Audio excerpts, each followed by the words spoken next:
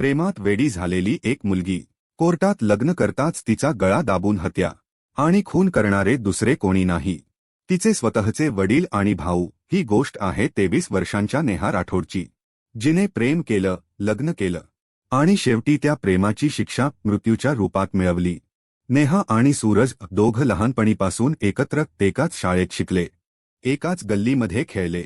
शाळेतलं निरागस मैत्र हळूहळू प्रेमात बदललं। 10वी झाल्यावर नेहाचं कुटुंब नोएडाला गेलं, पण प्रेम तसंच होतं, फक्त अंतर वाढलं, अंतरंग नाही। संपर्क सुरू राहिला, फोनवर, मेसेजवर, आठवणींमध्ये। सूरजने कधीच हार मानली नाही, नेहाही ठाम होती। दोघांनी ठरवलं, घरच्यांनी नाही मान्य केलं तरी चालेल, पण जगायचं तर फक्त एकमेकांसाठी। 11 मार्च मंगळवार, नेहा पहाटे लवकर उठली, चेहऱ्यावर एक वेगळाच तेज, जणू संपूर्ण आयुष्याची वाटचाल आज सुरू होणार होती। आईला सांगितलं, शिवणकामाचे कपडे आणायला जाते, पण ती थेट कोर्टात गेली। तिथं सूरज तिची वाट पाहत होता। दोघांनी अगदी साधेपणाने कोर्ट मॅरेज केलं, कसलाही गाजावाजा नाही, फक्त प्रेम, वचन आणि एकमेकांचा हात। पण या प्रेमाचं कोणीतरी पाहिलं होतं। नेहाच्या भावाच्या मित्राने दोघांना कोर्टात पाहिलं, घरी जाऊन भावाला सांगितलं। त्या क्षणापासून सुरू झाली एका निष्पाप प्रेमकथेची दुःखद हत्या। नेहाच्या भावाने तिला फोन केला, घरी ये, काही बोलायचं आहे। नेहा घरी आली, आई, वडील, भाऊ सगळे तिची वाट पाहत होते। संपूर्ण घरात एक तणाव होता। नेहाला विचारण्यात आलं, हे काय केलंस? ती काही बोलली नाही, शांत होती, शक्यतो थकलेली होती म्हणून झोपली। पण तिला माहीत नव्हतं की ही झोप तिच्या जीवनातली अखेरची झोप ठरणार होती। रात्री वडील भानू राठोड आणि भाऊ हिमांशू दोघांनी तिचा गळा दाबून खून केला। हो, जन्मदात्यांनीच आपल्या लेकराचा जीव घेतला, फक्त तिनं परवानगीशिवाय लग्न केलं म्हणून।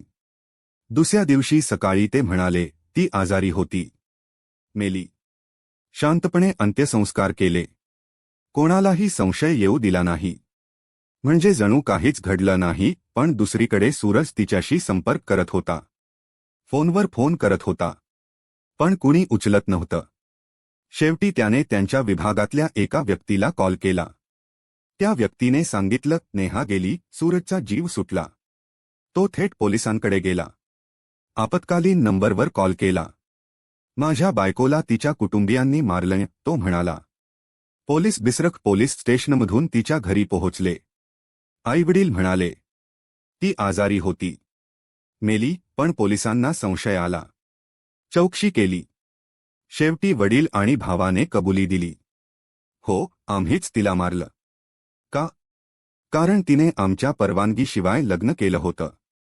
प्रश्न असा आहे, नेहाने खरंच काय गुन्हा केला होता?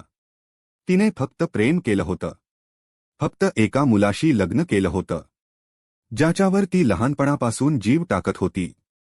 तिला स्वप्न पाहायची होती, संसार थाटायचा होता, सुखी व्हायचं होतं, पण तिच्या या स्वप्नांची किंमत तिचा श्वास गमावून द्यावी लागली।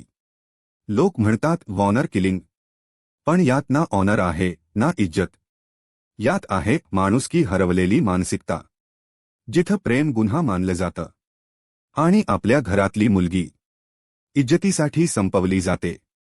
नेहाची गोष्ट आज संपली, पण अशी हजारो नेहा आहेत, ज्या आजही लपून प्रेम करत आहेत, घाबरत आहेत आणि घरच्यांच्या नावाने गुदमरून मरत आहेत।